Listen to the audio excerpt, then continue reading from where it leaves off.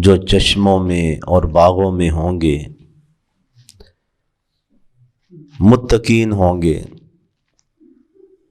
جو سنی سنائی باتوں اور اٹکل پچوں اور جھوٹے فلسفوں کے پیچھے نہیں لگے، بلکہ اتھینٹک مستند بات جو اللہ کی وحی ہے، قرآن اور سنت، اس کی پیروی کرتے رہے۔ وہ محسنین تھے، نیکی کرنے والے تھے، عام نیکیاں تو کرتے ہی تھے، رات کو گرم بستروں کو چھوڑ کے اللہ کی بارگاہ میں سجدے کرتے تھے، نمازیں پڑھتے تھے، اور پھر نمازیں پڑھ کے اینڈ پہ معافیاں بھی مانگتے تھے، اور ان کی یہ نشانی تھی وفی اموالہم، اللہ نے ان کو مال دیا تھا تو خود ہی اپنے اوپر ہی سب خرچ نہیں کر دیتے تھے، حق وہ حق سمجھتے تھے، للسائل سوالی کے لیے، والمحروم اور جو محروم شخص ہے۔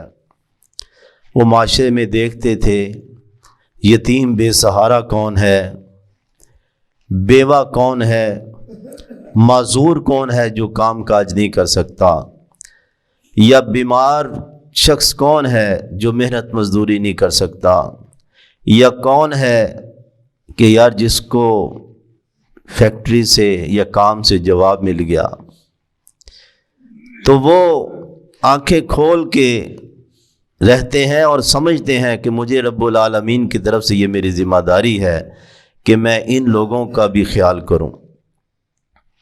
سائل سے مراد یہ نہیں جو پیشہ ور دروازے کھٹکھٹاتے ہیں اور اشاروں پہ ایک دم جھمگٹا لگ جاتا ہے،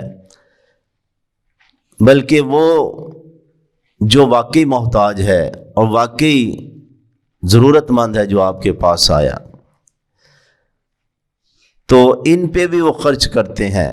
رسول اللہ صلی اللہ علیہ وسلم فرماتے ہیں، اللہ کی قسم کھا کے کہا، اللہ کے نبی ویسے ہی بات کر دے تو حق ہے کہ اللہ کی قسم صدقہ مال کو کم نہیں کرتا۔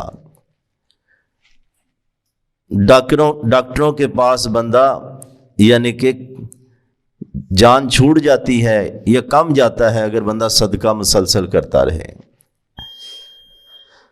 صحیح مسلم کی ایک روایت ہے، رسول اللہ صلی اللہ علیہ وسلم فرماتے ہیں کہ ایک بندہ جا رہا تھا، اس نے آسمان سے آواز سنی کہ بادلوں کو حکم ہو رہا ہے کہ فلاں جگہ جا کے برسو۔ وہ آواز سن کے حیران ہو گیا، وہ جانے والا، اس نے دیکھا بادل بھی چل پڑے ہیں، حکم کے بعد بادل بھی چلنے پڑنا ہے۔ وہ ساتھ ساتھ دوڑتا رہا، آگے بادل رک گئے اور برسنا شروع کر دیا۔ جب وہ قریب گیا تو دیکھا کہ ایک دور بندہ اپنی کسی لے کے اپنے کھیت کی طرف اس پانی کو موڑ رہا ہے جو تیز یعنی کہ بارش ہو رہی ہے۔ وہ بڑا حیران کہ ادھر ارد گرد بارش نہیں، زیادہ زور ادھر ہی ہے اور یہ پانی اپنی فصل کو لگا رہا ہے۔ اس نے آ کے کہا اس جو کھیتوں میں کام کر رہا تھا، یار تیرا نام کیا ہے؟ کہا کیا مقصد؟ کہا میں نے نام سنا ہے ایک آسمان سے۔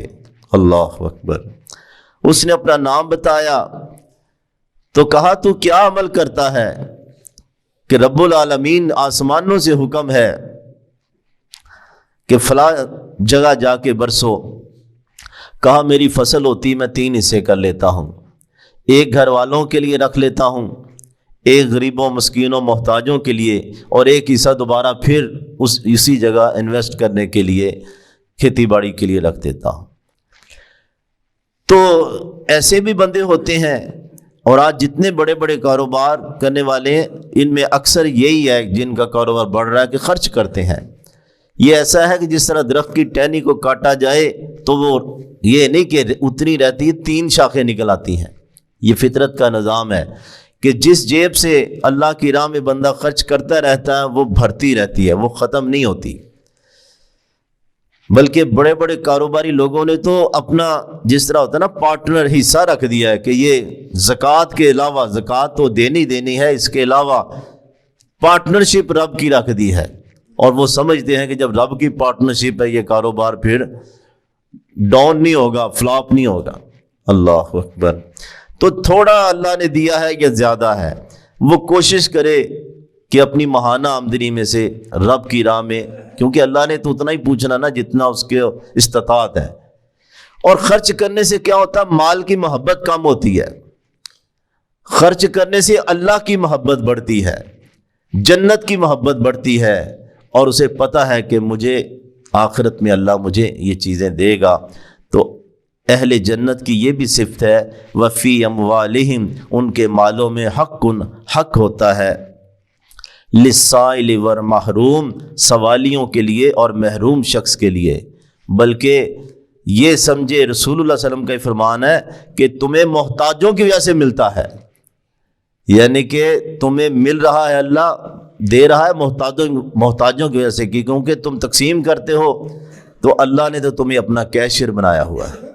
تو بندہ سعادت سمجھے، اللہ سب نے مل کی توفیق عطا فرمائے۔